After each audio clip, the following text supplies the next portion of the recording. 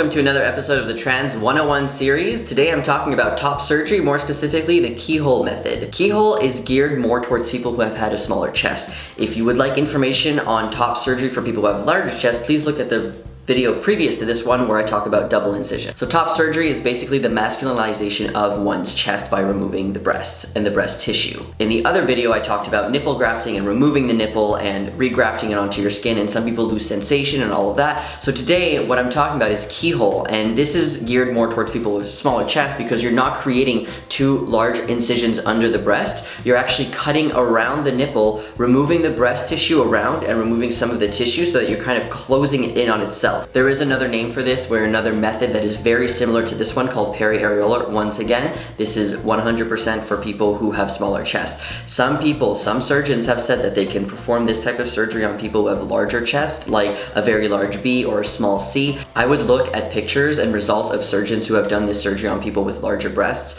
than like a A or a very small B. And I'm saying this because it's a lot of tissue to remove, and it's very hard to kind of close in on itself. And when I say close in on itself, I mean like you have a nipple and you have tissue around it and it's raised because it's a breast. So you cut around the nipple, okay? And then you're gonna remove all of the tissue that's around here, and you're gonna cut some of the skin, and then you're gonna put the nipple back and then kind of close it. So you close the skin on itself, which means that now there should not be any more breast tissue, and you should have a more flat masculine chest. There have been some critique of this where the nipple placement isn't 100% where nipples should be on a male chest. Some say that it's too high, some say that it's too low, and especially the size of the nipple. Some surgeons won't reshape the nipple, some surgeons will. That's why it's very hard to talk about top surgery, because there are so many different methods, so many different surgeons, and even though they do the same type of method like keyhole, they all have a different technique in how to do it. So make sure that you take a look at which surgeon that you want, and make sure you take a look at insurance. I talked a little about insurance in the previous video, so make sure that you take a look at that because I don't want to repeat myself in this one. So the positives of this surgery is that you don't have any scars, okay? Or you have very minimal scars right beside the nipple, but usually they cut around the nipple so you don't even see any visible scars. And I know that a lot of people would love to have this surgery. I would have loved to have that surgery, but I was a very large C, and there was no way that I was able to ever get that, so I had to get double incision. I have learned to love my scars and love my body, so I have accepted this, and this is fine, and I'm so glad that I had the privilege to be able to have top surgery.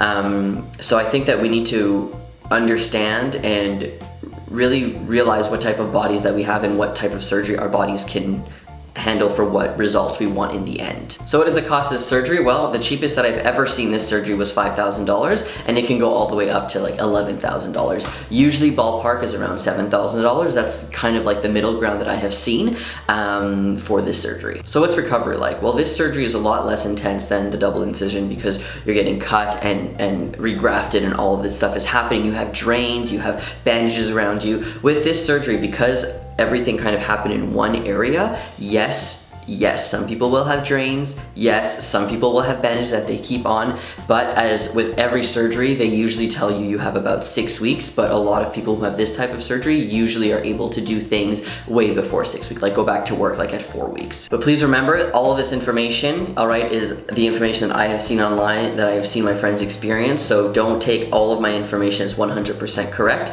Please look at the links in the description below. If you have any questions about anything, all of those links will probably answer your questions. Anyways, thank you so much for joining me. More on the double incision method in the previous video. Please take a look at that. I will see you soon.